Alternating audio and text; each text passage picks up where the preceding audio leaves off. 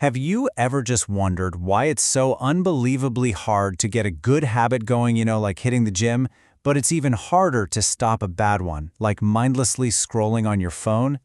You decide you're going to change, you start out super strong, and then, a few weeks later, you're right back where you started. Well, it turns out the problem isn't you. It's not about willpower. It's about understanding this hidden script that's kind of running our lives. So here's our game plan for cracking this code. First, we're going to bust the biggest myth out there about changing your behavior. Then, we'll take a look at the powerful autopilot system that's humming away in your brain. After that, we'll get really practical with a toolkit for, well, hacking that very system. And finally, we'll wrap up with the mindset that makes it all stick for good. All right, first things first, we absolutely have to tear down the single piece of advice that causes most of us to fail before we even really get going. I mean, look at that number. That's a whole lot of failure. If you've ever set a huge goal on January 1st, only to watch it completely vanish by February, you're not just not alone, you are in the 92% majority. See? It's not a personal failing, it's a failure of the system. So what is the deal? Why does it always feel like we're fighting this uphill battle against ourselves when we try to change? Well, the problem isn't you, and it's definitely not because you don't want it enough. The real problem is the strategy we've all been sold. We hear this stuff all the time, right? Just do it. Get motivated. Use more self-control. We're constantly told that change is all about brute force and just gritting your teeth. But the actual science of how our brains work, it tells a completely different and frankly, a much more hopeful story. This quote from psychologist Roy Baumeister it nails the problem. His research shows that willpower isn't some magical, bottomless well we can just dip into whenever we want. No, it's a finite resource. It actually gets worn out during the day with every single decision you make. So relying on it to power your habits day in and day out, that's like expecting a sprinter to run a marathon. You're just setting yourself up for burnout. Oh yeah, I'm sure you've heard this one. It's everywhere. The popular myth that it only takes 21 days to form a new habit. It sounds so catchy and neat, right? But it actually came from a plastic surgeon's observations in the 1950s, not from any kind of controlled scientific study. But when scientists actually studied this stuff, they found a very different number. A major study found it takes, on average, 66 days for a new behavior to become genuinely automatic.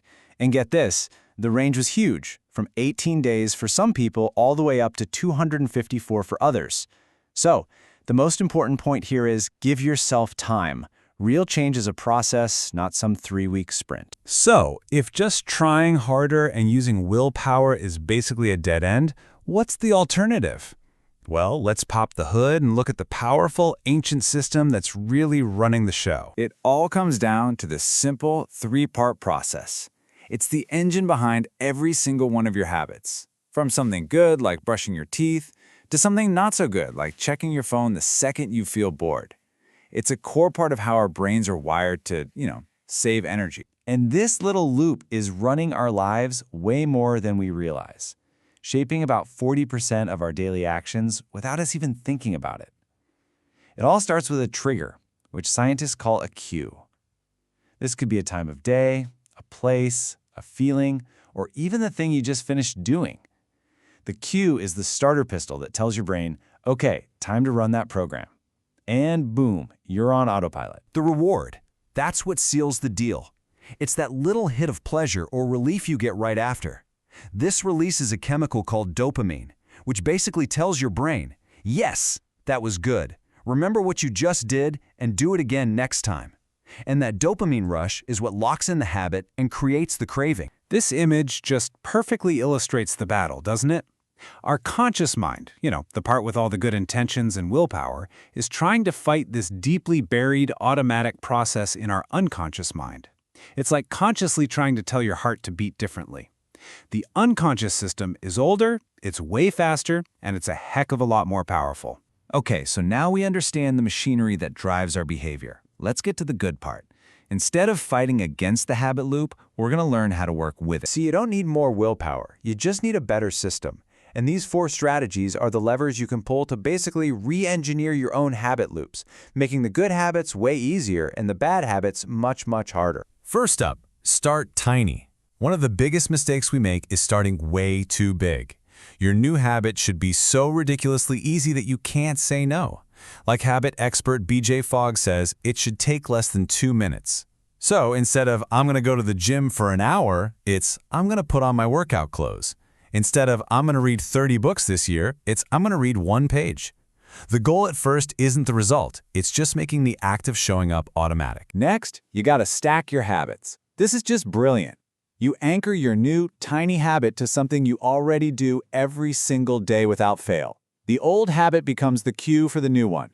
Your brain already has this super highway built for making morning coffee, so you're just adding a tiny little exit ramp at the end of it. This is so crucial. Design your environment for success. Your surroundings are like this invisible hand that shapes your behavior all day long. You want to eat healthier? Put the fruit out on the counter, not hidden in a drawer. You want to watch less TV? Put the remote control in another room. You have to make your good habits obvious and easy, and your bad habits invisible and difficult. And finally, for breaking those bad habits, get curious. This is from neuroscientist Judson Brewer, and it's a little counterintuitive. Instead of fighting the urge to, say, smoke a cigarette, he tells people to pay really close attention to it. And when they do that, they start to realize the reward isn't actually that rewarding. Like this person found, smoking actually tastes like chemicals. Yuck! Curiosity short-circuits the whole loop because your brain suddenly realizes, hey, wait a minute, this isn't good at all.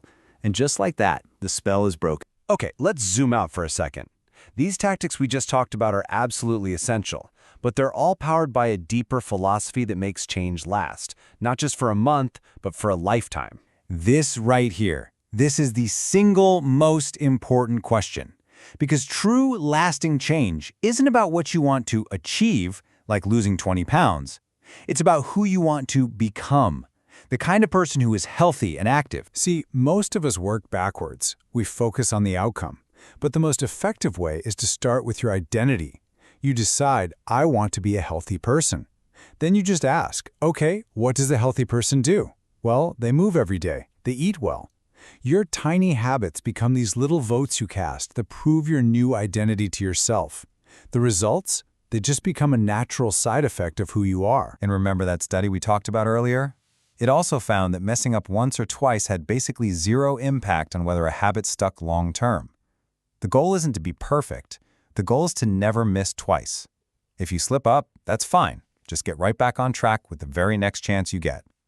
Consistency will always beat perfection. In the end, it really comes down to this. Your life today is simply the sum total of all your habits.